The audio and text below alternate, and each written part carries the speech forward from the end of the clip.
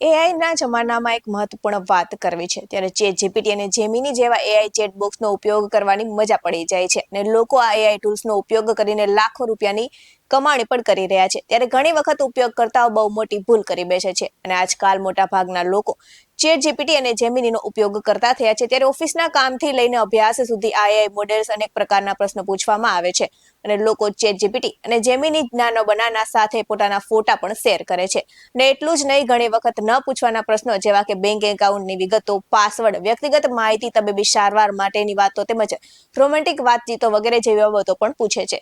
આવું કરતા પહેલા ચેતજો કેમ કે ડિજિટલ દુનિયામાં સલામત રહેવા માટે ચેટ જીપીટી અને જેમિનીને આ પ્રશ્ન પૂછીને તમે જ સંકટને આમંત્રણ આપી રહ્યા છો. આ માટે ધ્યાનમાં રાખવા જેવી બાબતો અને રિપોર્ટ્સ દ્વારા પણ કહેવામાં આવ્યું છે કે ચેટ જીપીટી અને જેમિની જેવા એઆઈ મોડેલ સાથે ક્યારે વ્યક્તિગત માહિતી શેર ન કરો એટલે કે પાસવર્ડ, લોગિન વિગતો, આધાર નંબર અથવા તો પાન વિગતો આપશો નહીં. આવી માહિતી લીક થવાથી નુકસાન અને દુરુપયોગ થઈ શકે છે.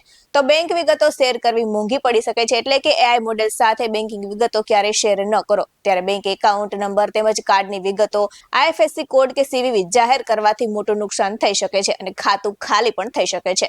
તો એઆઈને મિત્ર સમજી રહશો પણ ક્યારેય શેર ન કરો કેમ કે શેર કરેલો ડેટા તે તાલીમ માટે ઉપયોગ કરી શકે છે ને તે લીકનું જોખમ રહે છે. તો ચેટ જીપીટી કે જેમિની સાથે એવી કોઈ વાત ન કરો કે જે બહાર આવતા જ મુશ્કેલી ઊભી કરી શકે. અને આ સાથે જ જણાવી દઉં કે એઆઈ ચેટ બોક્સ કોઈ ડોક્ટર નથી તો તમારી તબીબી સ્થિતિ ક્યારેય શેર ન કરો. આ સાથે જ એઆઈ ચેટ બોક્સ સાથે રોમેન્ટિક વાતો પણ ટાળો. તેઓ લાગણીઓ સમજતા નથી કેમ કે તે ફક્ત મશીન છે અને મશીન તરીકે જ પ્રતિક્રિયા આપે છે અને એટલે જ કહેવાય છે કે સાવધાન રહો, સતર્ક રહો. આવી જ ગપસપ જાણવા માટે જોતા રહો બેસલાઈન ટીવી ન્યૂઝ.